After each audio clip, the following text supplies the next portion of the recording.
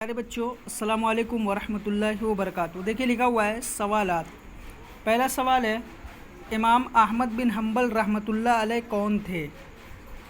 इमाम अहमद बिन हम्बल रहमतुल्लाह अलैह कौन थे? इसका जवाब है, इमाम अहमद बिन हम्बल अपने ज़माने के मशहूर इमाम, इल्म व अमल के पैकर और सब्र व अज़ीमत के पहाड़ थे। इमाम अहमद बिन हम्बल अपने ज़माने के मशहूर इमाम, इल्म व अमल के पैकर और सब्र व अज़ीमत के पहाड़ थे। दूसरा सवाल है, ख़ातून ने आपसे क्या मसला दरियाफ़्त किया था? तो ये जवाब बहुत लंबा है, इसलिए हमने इसको छोड़ दिया है। 3 नंबर का सवाल है, इस खातून की गुज़र बसर कैसे होती थी? यहाँ होना चाहिए उस खातून का, की नहीं, उस खातून का गुज़र बसर कैसे होता था।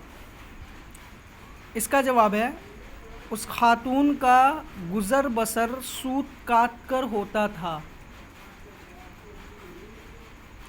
उस खातून का गुज़र बसर सूत काट कर होता था।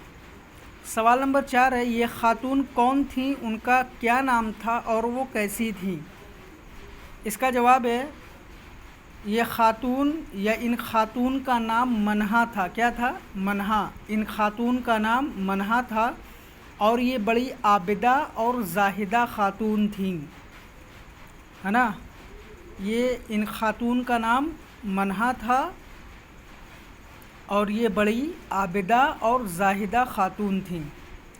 फिर उसके बाद है, दर्ज झैल में सही व गलत को पहचानो। सही और गलत का निशान लगाना। पहला है, इमाम अहमद बिन हम्बल रहमतुल्लाह अलैह के पास एक लड़का मसला पूछने आया था। लड़का था कि खातून थी? औरत थी ना, खातून थी ना, तो ये गलत है। दूसरा है, औरत ने कहा मेरा गुज़र बसर स्वेटर बुनने से होता है।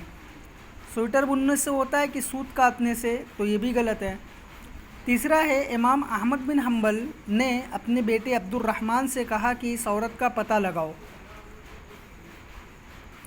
अब्दुर्रहमान से कहा कि अब्दुल्ला से कहा था? अब्दुल्ला से कहा था, तो ये भी गलत है। उसके बाद है, ये खातून बड़ी आबिदा और जाहिदा थी। सही है। ये खातून बड़ी आबिदा और जाहिदा थी। सही है।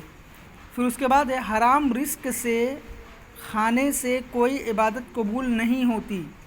सही है। हराम रिस्क के खाने से कोई इबादत कबूल नहीं होती। सही है। हराम माल से हज पर कोई असर नहीं पड़ता। सही है कि नहीं? गलत है। ये भी गलत है। हराम माल से हज कबूल नहीं होता। असर नहीं पड़ता, असर पड़ता है, कबूल नहीं होता है ना। तो पहला, दूसरा, तीसरा गलत, चौथा, पाँचवा सही और छठा गलत। ये 3 सवालात 1 नंबर, 3 नंबर और 4 नंबर कॉपी में करिए और ये वाली एक्सरसाइज बुक में करिए और दोनों की फ़ोटो क्लिक करके हमें सेंड करिए।